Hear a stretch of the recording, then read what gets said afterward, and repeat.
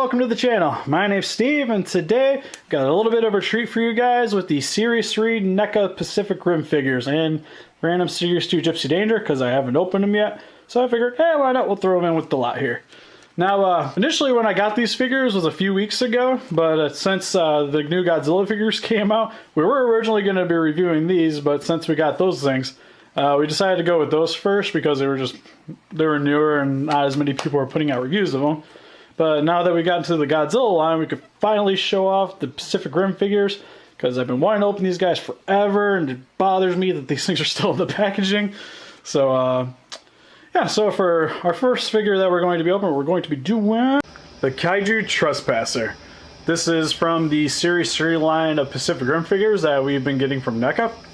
And I gotta say, I've been really excited about getting this figure, mainly because it's the original Kaiju that we got to see in the movie. It's one that was destroying what I believe is the Golden Gate Bridge in San Francisco and goes on a rampage through the entire city and through most of the United States for 6 days until it's finally taken down by the United States military and took out, I believe, was what they said was tens of thousands of casualties, which doesn't really seem to be that big of a number when you figure it's already gone through one major city and whatever else was in its path.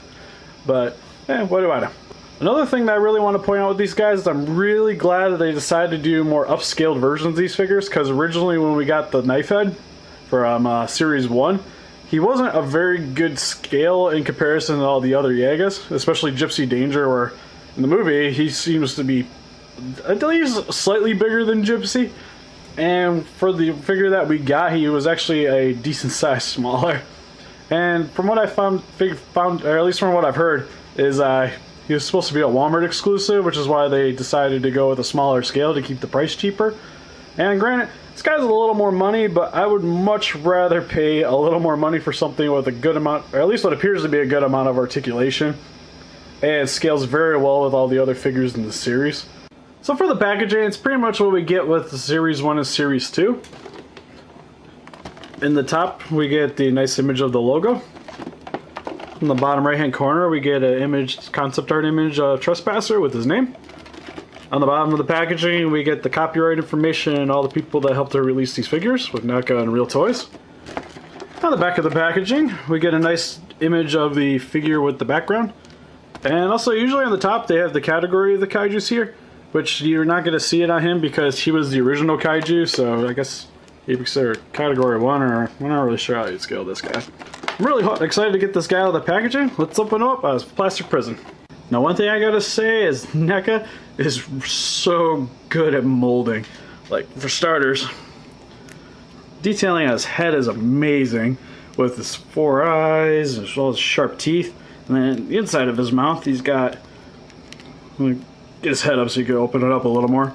He's got the nice yellowing effect, so we get what's reminiscent of the lighting from the movie. He has a lot of yellow tribals going up and down his body, which we'll get to in a little bit, because I got a few little nitpicks of this figure. And he's got this huge backpack on his head, which is a lot different than what we got with Knifehead, with the tiny little crest he has and his little claws. The detailing has arms, with all the scaling effects, and all the muscle definition in his arm, and the cool little skeletal look here, with the giant open gap. And how huge his hands are. These jet black nails, and they're actually pretty sharp. He's got his little hands down, alien hands down here, which actually move his term around, which is awesome. And then he's got this cool crest here, which really makes him bulk up compared to what we got with Knifehead. Which, granted, Knifehead is like my favorite Kaiju in the film, but this guy is just massive looking, which I'll bring him in for a comparison in a minute. And then for his legs, he's got the nice little crocodile crest going up and down it. And then the nice little detailing on his feet, with the black jet black claws there too. And then his tail with the pointed little end. Now I know this guy's gotten a little bit of complaints because a lot of people say that he's just a Knifehead reskin. And to bring in Knifehead for a comparison, overall there's a decent amount of differences between the two guys. Some of the similarities are with the arms are the exact same molding, even though this one's got a little bit of a different coloring in the tribals. And from the waist down here is the same with the legs, where it connects up here at the tummy. and the tails are all the same molding. And that's pretty much it for the comparisons between these two guys. Well, what's different is you can see here with Knifehead, he's got these really big neck straps and this separation right here where they connected it to the neck, while Trespasser doesn't have that at all. He's got a tiny little neck. Also, the head molding is definitely different. That's pretty much what separates these two guys. And then the backpacks here are just extraordinarily different. Like this one's a lot more leaner looking and shiny, while this one's just ginormous and flat, and I just love it. Now for his articulation, his head rotates all the way around, and it's got a little bit of an up and down motion. Same with his mouth, opens up and down. And pretty much the higher you have the head up, the more it opens up, which is really cool. His arms move up and down, and they can rotate 360 degrees. His arm also rotates around, and it has a little bit of a bend. Main problem is though, is that it doesn't bend a lot because of the way the arms are. As you can see, the molding comes down a bit, so it really restricts the movement here. And his hands also got that little bit of problem where they move a little bit up and down, but they got a really good range of motion all the way around. And then, as I mentioned earlier, his hand moves. It can move back and forth, and it rotates. Pretty sure it's on a bulge. It's not really on a ball joint. It's got a little bend there. But it's got a lot of movement compared to with the stationary hand we got last time. And his hand moves. Moves up, rotates all the way around, and has a little bit of a bend to it. And for his legs, it moves back and forth. And you get a little bit, you can move it in and out just a tad.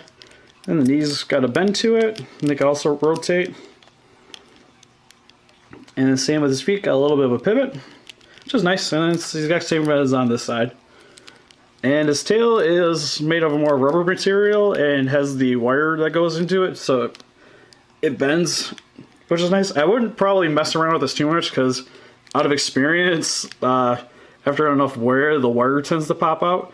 I haven't seen it with these guys, but I know on all the other stuff like this, I've had that problem before. Not saying from NECA, but just in general.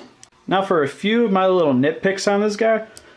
For starters, in the movie, the yellowing on here is a lot more subtle than what we see here, where it's the bright yellow. While there, it's kind of hard to see with all the smoke and everything going on, but you can barely see the yellow lines coming up, which for the film, it worked good for me because it helps to differentiate the kaijus, but on the action figure, I really actually like that they went with the brighter yellow because it helps make it pop, which I could see some people might have a little bit of complaint, especially like for the comic book they released that's prior to the film.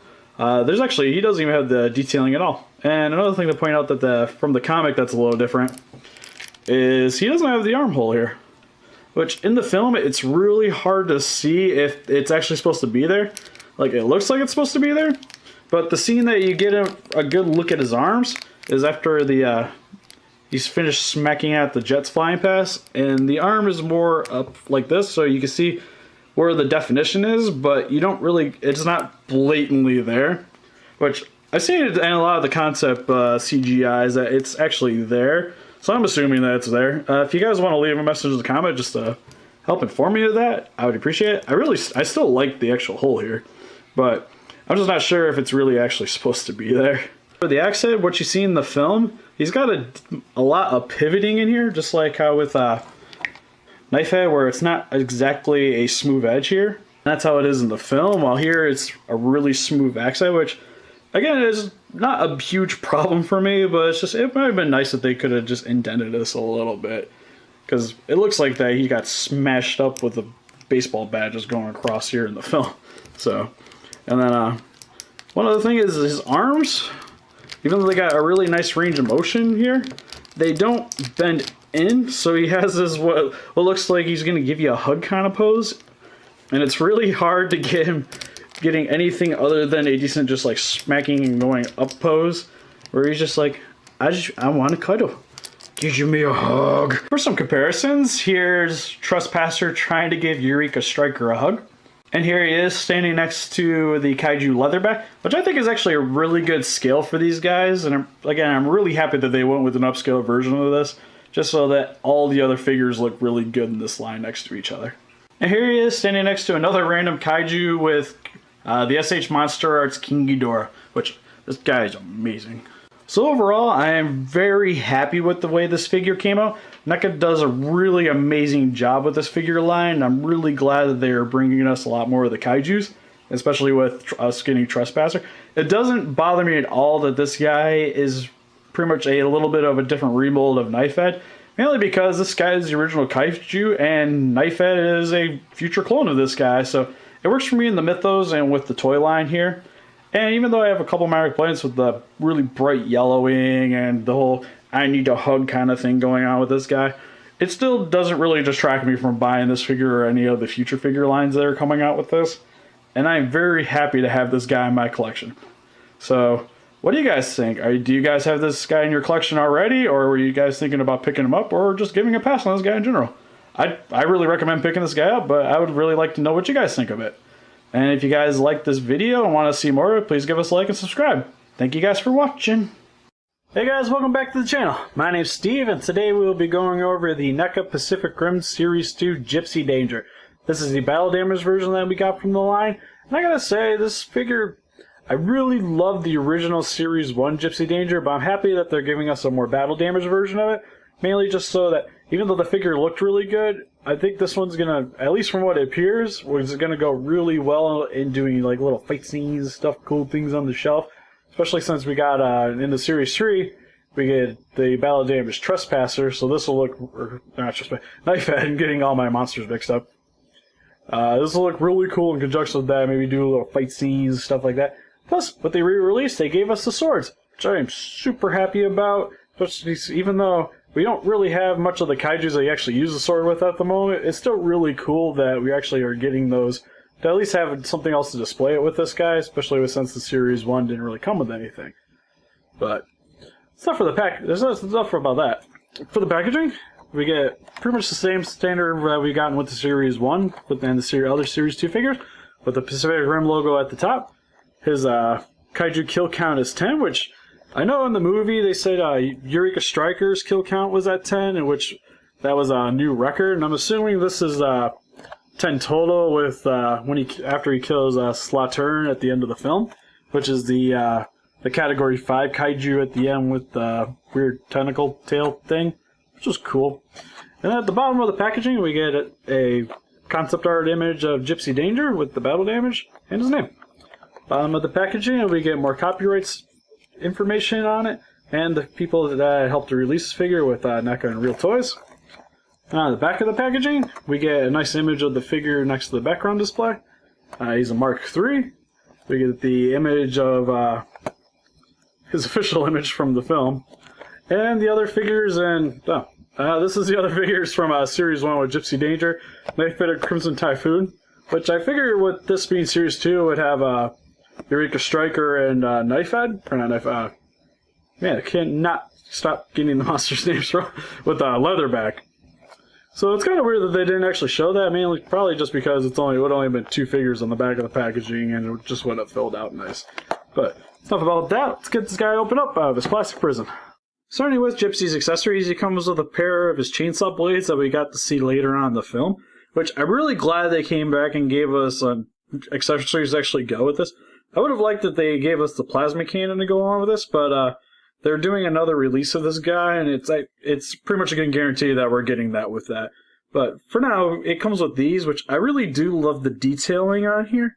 As you can see, it has like the dark gray gunmetal-ish look through most of the blade, and then it has the lighter silver for the edges, which is really cool how they actually got. It makes it looks like it has an edge to the blade here, which is really nice, and I love these things. It would have been cool maybe if like one of these had like a closed off look to it, and then these are the open look. But I'm still really glad that they gave us the pair, and just overall happy with the design for this. And then how you get the blades into the arms? If you look underneath, there's a little peg hole down here right above his hand, and there's the little peg on the end of the blade here, and it's pretty much you just gotta wedge it in there. And it enters pretty nicely. Problem is if you flail the arm around a lot, like it's not really meant to be played with, because again, these are mainly for display. But sitting here plugging it in, it has a hard time, at least for me. Get back in there. Ugh. And you get it back in there, and it'll, if you're posing, it'll hold it fairly well. But granted, again, if you get a lot of shifting or shaking going on, like they sometimes tend to fall off pretty easily. And then if you want to get the other one, it has the exact same pickle on here, and same with on the blade. You just stick it in there. If I can get it in there. Ugh. And there you go. And they're interchangeable. You don't have to worry about which blade goes on which arm. Which I do really like that, so I'm not having to worry about which one's like, this one's L and this one falls out all the time. So overall, for the detailing for this guy, I am in love with this figure. Like, for starters, I really like that they went with the dark blue paint on here with the black wash. Gives it a really nice damage look to it, and you see all over his body, he's got these scuff marks, like on his legs. And it's a really nice look for this figure, and I like how the paint actually affects like how his stripings and all of his details on here. Like the 34 is kind of faded out. It's a really cool look for him. Now, granted, it would have been even sweeter because a lot of this is more painted on for him. It would have been cool if they maybe had like gashes in the armor stuff where like the monster's like clawing at him and stuff like that. But it's still really nice, and he still has like the nice little denting look going on here. Like you see, this isn't really like the smoothest look of edges for him up here, especially up here where you see it's really rough looking. So he does have like a little bit more of a wear and tear look, but I think if they went a little bit more overboard with it, it would have just really helped to sell the damage look to it. I really like how they did the oranging with the core here, with the fading of the black to give it a nice little burning look, like it's going off. So that's amazing. I really do. I just overall, this paint job on this is phenomenal. Like you look on the back where he has all the detailing down here, with the nice gray and black going on here. It helps us show off the overall definition of everything going on back here. And you bring it up here, like especially up here, it's just like, this looks awesome. Like I just can't get over, like NECA just does such a good job with their paint detailing and everything. And this just shows off how good they are at what they do. Though if I had one complaint with this paint job as a whole, I really wish that the battle damage and the charring look of the paint job didn't really affect what was the lights on the Jaeger. Like up here, you can kind of see where the white would be for the lights here, but because of how the damage look is, it's kind of faded. So it makes it not really give it a good like impression of that there's supposed to be lights on here, especially like down here is where some of the lighting should be. You can see a bit of the white, but it's just scuffed up and just not defined very well. So it just doesn't, it's like it shouldn't be affecting this. And that's one thing that a little bit bothers me about it. But it's not like a major complaint, especially for, this isn't like a large scale figure, so I can understand these little things happening. For his articulation, he has a joint at the head here, but it's really hard, especially on this one, because I know on the other Gipsy Danger, like this head moves and it shifts a little bit side to side, but it's hindered because of the plastic here. While on this one, I, for the life of me, cannot get this thing to turn. Like it shifts a little bit, but I can't get it to work. I know it's supposed to, but it's really hard on this one. And then for his shoulders, he has his arms go up and down, and they move in and out. It's a little bit hindered because, like, granted, on a lot of this figure, the plastic for the armor here really doesn't help me get a lot of mobility out of this. Like, this is about as far up as you can get it. And then it has a nice range of motion back and forth, and the more you move it, you can work in the positioning, but you're not going to really get his arms moving out that much. So that's a little bit of a complaint. Same with his elbow joints. They only really move back and forth that much. And there's no turning, which, granted, I would have really loved if they would have put like a joint up here just so I can get his arms to even just go left and right. Would have been amazing. And it would have helped compensate for the elbowing and the plastic up here. Then he's got a ball joint down here for his wrist, so he's got a nice range of motion on his wrist. Then for his body, he's got a nice crunch, and a rotation at the waist, which pretty much he can go all the way around. Which that gives him a good range of motion there. And his legs move only slightly in and out, again, mainly because of the plastic up here. Like if you work it, you can get a little bit more movement, but that's really about as realistic as it's getting. And you can go forward about this far, and then back, it only goes to here. Like it's just, you only really get the straight up and him going forward pose. Which, right now, on this leg, at least for me, this moves up a little farther, and then it can actually, well, this leg actually goes pretty far back. I don't really, oh, that's weird. Oh, there we go. I haven't really played around with this much, so this is, mine still needs to be worked out a little bit. There we go. Alright, we're good. So, using this leg, it goes back about the A-far. You can get it up pretty good, and then it goes forward. But it still only really gets a little bit of side pivot, and it has a decent bend at the knees. Like, it goes about that far in and out. And then he's got a nice foot pivot. It goes back and forth. And then for his ankling, it has a nice bend here too, so you can get a nice range of poses. Especially when you want it like on the heel or something, which we'll see where he's just like shoopy-doop. But yeah, you can do whatever you want.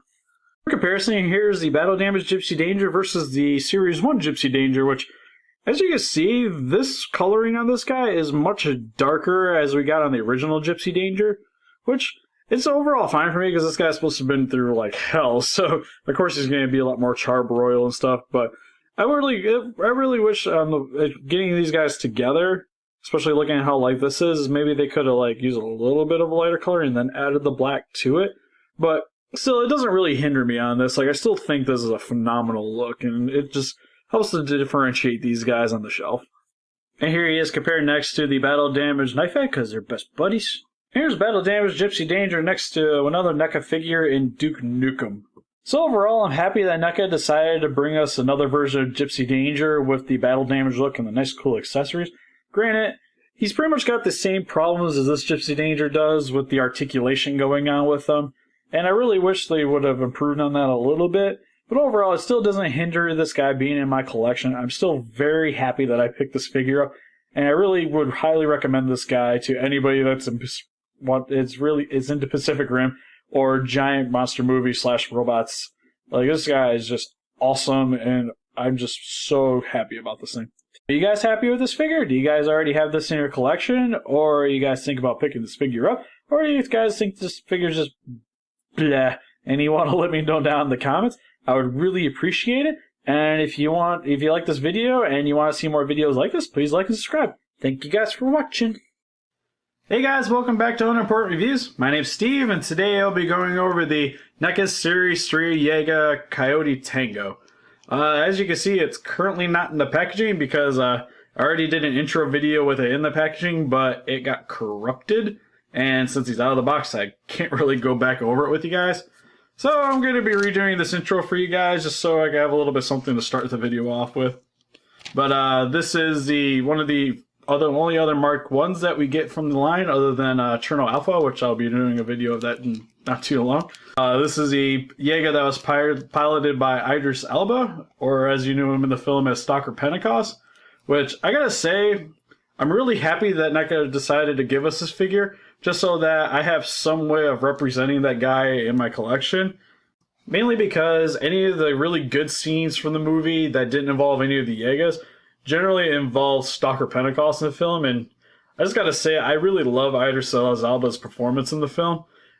Like, all of the speeches in the movie, like, anytime he just opens his mouth, it's just epicness that just comes out of that. Like, one of the scenes with Riley, where he's just like, 1, don't you ever touch me again, and 2, don't you ever touch me again. Like, I just love it. And another thing to point out is, especially from the packaging, is that this Jaeger has a kill count of 2, which you see in the film during the Mako flashback sequence, where he kills the Kaiju Oni Baba. And if you read the novelizations, the second kill that you get from it is a monster called Suramander off the coast of Hawaii that he takes out with Eureka Striker, I do believe. Which which is neat. Like, it gives you a good reason to read the books, especially, like, you get a lot more of, like, a background story in a lot of the Yeagas, so I really do highly recommend, if you guys haven't read the books and you really like the story from Pacific Rim, it's a good idea to get them. Also in the film, this is the first Yeaga to ever get piloted by itself, which Stalker Pentecost points that out in the film, because during the Onibaba fight sequence in the Mako flashback, you see that he's only one piloted by himself. That was because the other pilot that was inside the suit, inside his little brainy thing there, was knocked out because of the radiation poisoning. So he ended up piloting this thing during the entire fight all by himself. And then the only other Yeaga that was ever piloted alone was Gipsy Danger, which we all know and love. So since he's already opened up out of his plastic prison, let's get into the review. Overall design of this guy, I really do love how he looks. He's definitely the most Gundam looking of the Yeagas, with the giant shoulder cannons and his overall profile of him. And bring him in for a closer look. I do really like the helmet the way it turned out, especially with the blue on the glass here. It's just really, really nice look. And then this little gunmetal paint job here. And then some of the things I've seen, like he has the USAF here, which is weird because he's a Japanese Yeaga, or at least he was stationed in Japan for the movie. But then if you read the books and stuff, like I pointed earlier, he actually fought in Hawaii and stuff. So I do believe that he was made in the USA. He's just stationed all over parts of the Earth, which helps me understand that. And he's got the nice 34 up here, just like Gipsy Danger. And then one weird thing about this guy is he has turtle hands with his 3 fingers. I just want to point that out because it's just like overall, like it's kind of a weird look with the knuckles. But it helps differentiation from a lot of the other Yeagas, because a lot more of their hands are more like human-esque, other than Coyote or the Crimson Typhoon. And then for his legs, it's a really nice design they went with here too. And it actually reminds me, if anybody's ever played the game Armored Core, like these look like they were just straight ripped out from that game. Which I'm not saying is a bad thing. That game was sweet, and overall I really do like the design here with the metal kneecap coming out of here. And then how big his feet are. Which I do also really like that he has the overall, they actually had detail down here. This is a nice little added touch that he did, and it really actually helps the overall size of his feet to keep him standing. Like it's really hard to knock this guy down. Unless you're sitting here like, Drah. And then for the back of his, just to show you guys the detailing on his back. It's just overall just amazing how this guy looks. And as you guys can see, one other thing this guy has is his shoulder cannons move. Which, for me, I would have just been happy enough if this thing was just sitting back. Let alone, they actually have articulation here, which is just phenomenal. And I do really love the look of these cannons overall, with the bronze of the barreling and the overall gunmetal look here. Even though it's kind of weird because he's got these little screw things here, which I don't really understand what those are. And inside the barrel, if you guys can see, it's got the gray paint just like everything else, and it would have been nice if they would have maybe added some black in there or something just to show that it's a whole. But overall, I still love how these look, and it just helps with the overall getting the posing done for him, because you can have him sending out his cannons out, or you could kind of represent how he does in the poster with one cannon kind of pointing up and he's just kind of looking out. Like, it's just, I really do love that they added that touch to this, and it just really helps with the selling point of this figure. One other thing I want to point out about the paint job on this guy is I really do like the gunmetal look on this.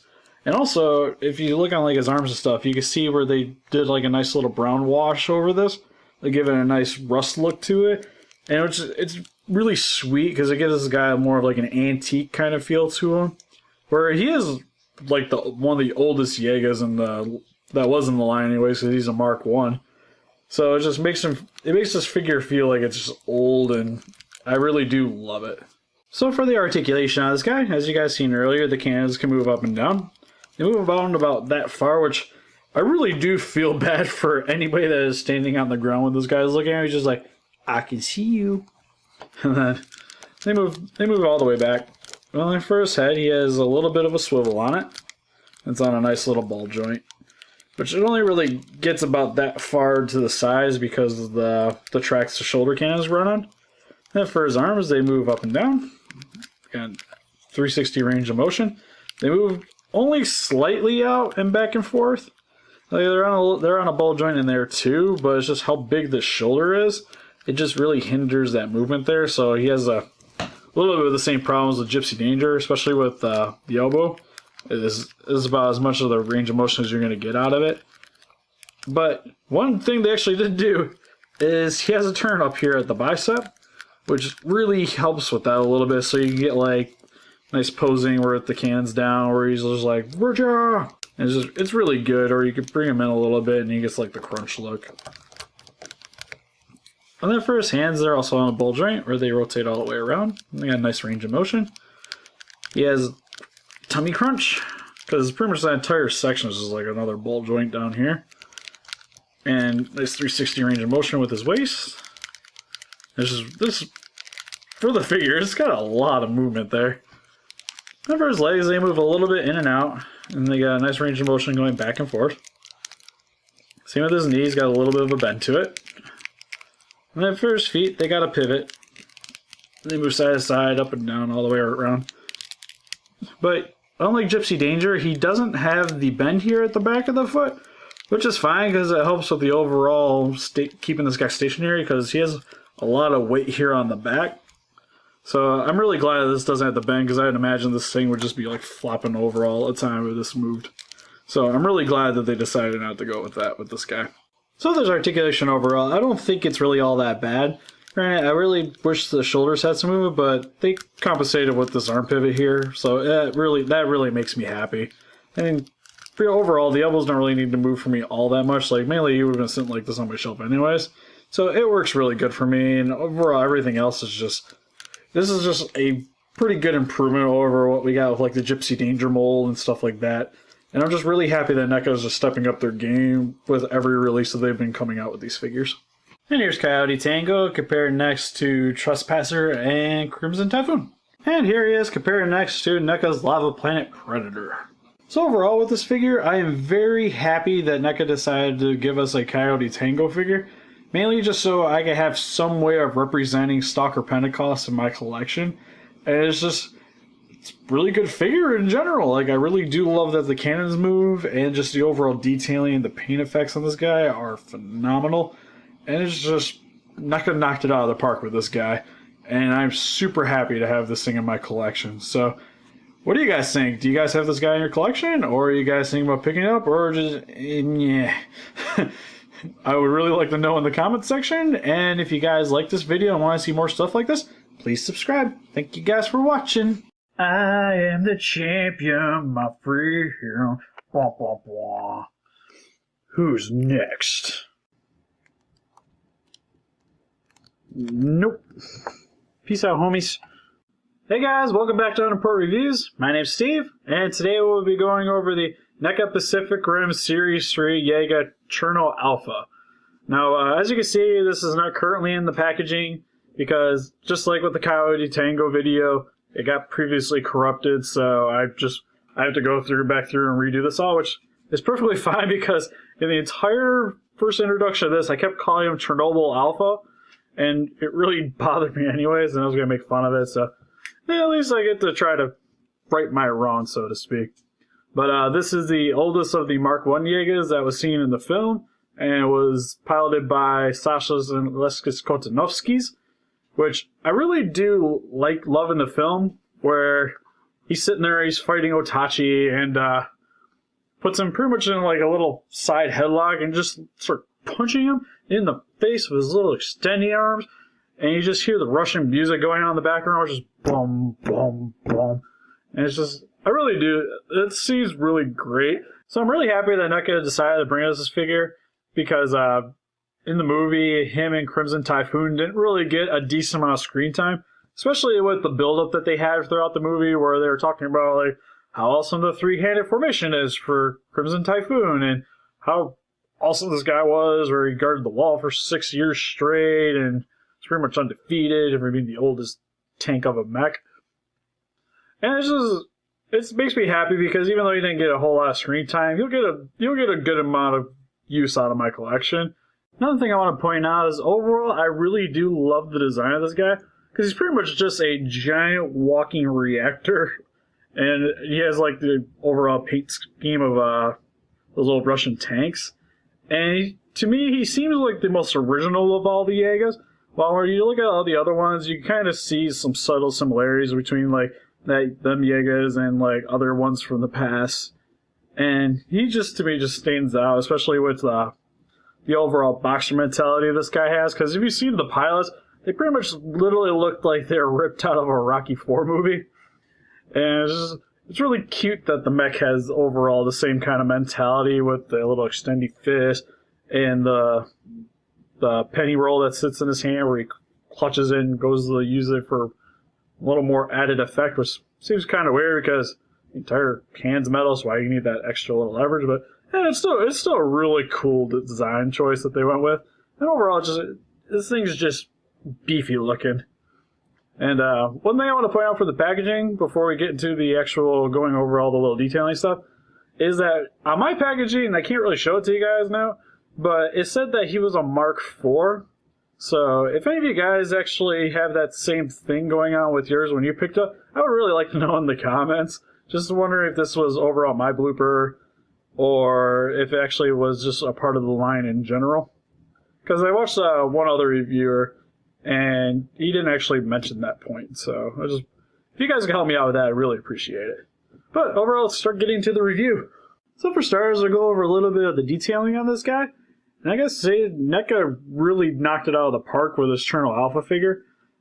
Because I do love the head sculpt on this guy, even though I understand this isn't really the head and this is actually where the cockpit is. But I do like the overall Cyclopsian look of this guy with the one little eye here where in the movie when he's like crash lands and comes down, it's rising up. And I always thought that was a nice little touch that they added to that guy. And the detailing on these turbines is really good. I like all the little details on the side here. If you guys can read it without getting fuzzy on here. And it's even hard for me to read here, but it's got like the little phoenix going on here. And there's a lot of little subtle touches on this guy and notches that just really are phenomenal. Like the little Cherno Alpha symbol up here, and all the pinstriping with the black up here, and then you can see right here that it's got more of the red. And for being like more or less a solid like tank kind of army green color, they added a lot of extra little details on this guy just to help it stand out a little better. And then the amount of detailing, like all the turbines up here and the vents, like just the sculpting up here is just really great. It would have been maybe even better if they would have maybe added a little bit more paint application on here, like a little bit of metal going on with the fans and stuff. But it looks really good. And then for his arms, where you get like the nice Russian star coming up here. And again, it's just like a amount of different color variations on here. Like you got the Russian star with the metal going on here, with the army green, and then more of the red notches with the black here. Then with his fists, where you get more of the pinstriping and the Cherno Alpha. And then, as you guys can see with this gimmick, he actually does the punchy hand thing. Though you gotta do it yourself, but I still really like it just because for posability purposes, it would be a lot better than it being like a little gimmick with like a spring or something.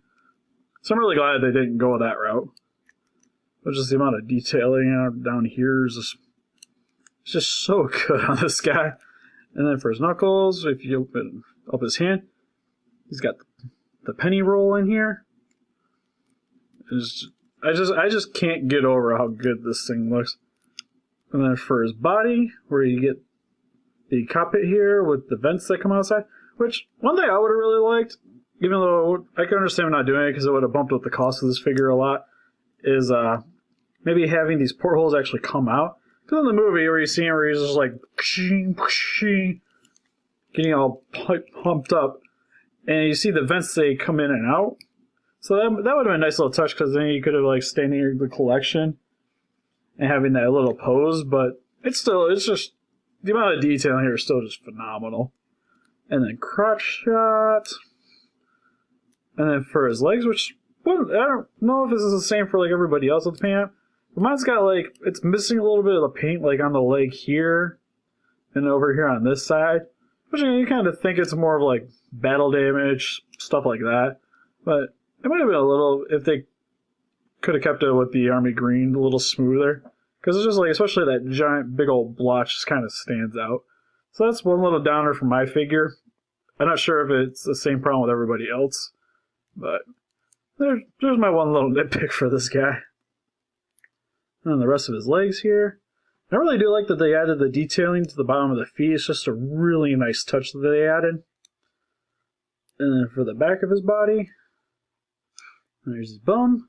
And one thing I want to point out about this is I really do like with the pack back here, and they got the hose coming down here to the leg. They actually have it separated here.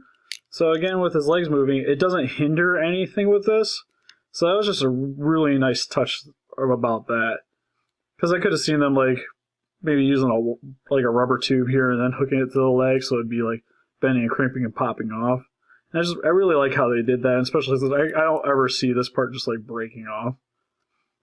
And then for the rest of his back, and then back up to the top of his head. So for his articulation, I gotta say, this is by far the best of all the figures that I've gotten from the Pacific Rim line in terms of articulation. Like, for starters, his head moves slightly back and forth. You can see in there, it's kind of like on a ball joint, but just all the plastic on here really hinders his movement, which doesn't bother me in the slightest because you never see it move in the movie.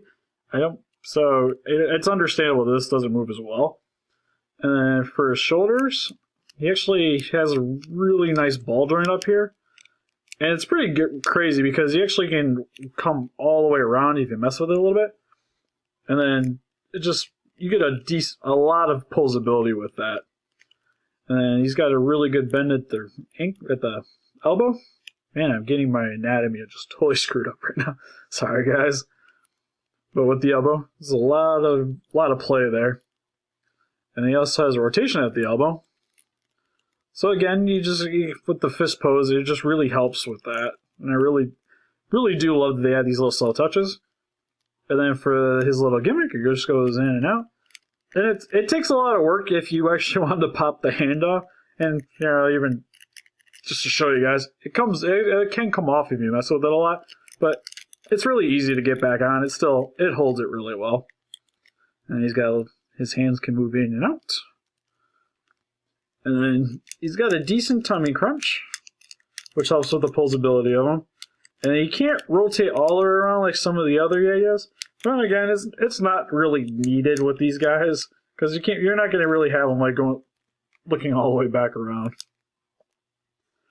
And then for his waist down here, with his legs attachment, they go in and out. Really nice range of motion there. And then they pretty much are hindered going backwards and forwards. Like, you could get a lot of movement with this. And his knees bend really far back and forward. And then at his foot, you can see here it's got a little ball joint and the little wedge here. And you get a lot of play with his feet too, which one thing to point out too is these are actually really stiff, so it's really nice at holding the poses here. And then if I get my camera to set right, where you can pretty much like just have them, like, I don't know any of the other Jaegers that you can sit here and get him to do like nice crunch down poses where he's getting hurt, or the splits. If I can get him to do it. They're like, cha-ja! And here's Cherno Alpha compared to all the other Jaegers from the line that they released so far. Which I gotta say, I really do love that he just towers over all of them. And here he is compared next to his murderer leatherback. And here he is in the random oh no pose.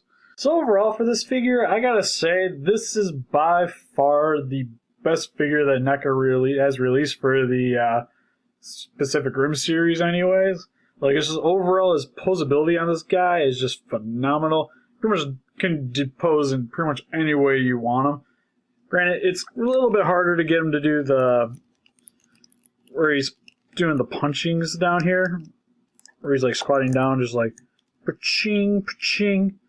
Like, the fists don't come exactly together the way I would like it, but still, overall, it's just, he's got so much play with them, and just, he helps accent a lot of your other figures. And I just highly recommend this guy to anyone that likes Pacific Rim.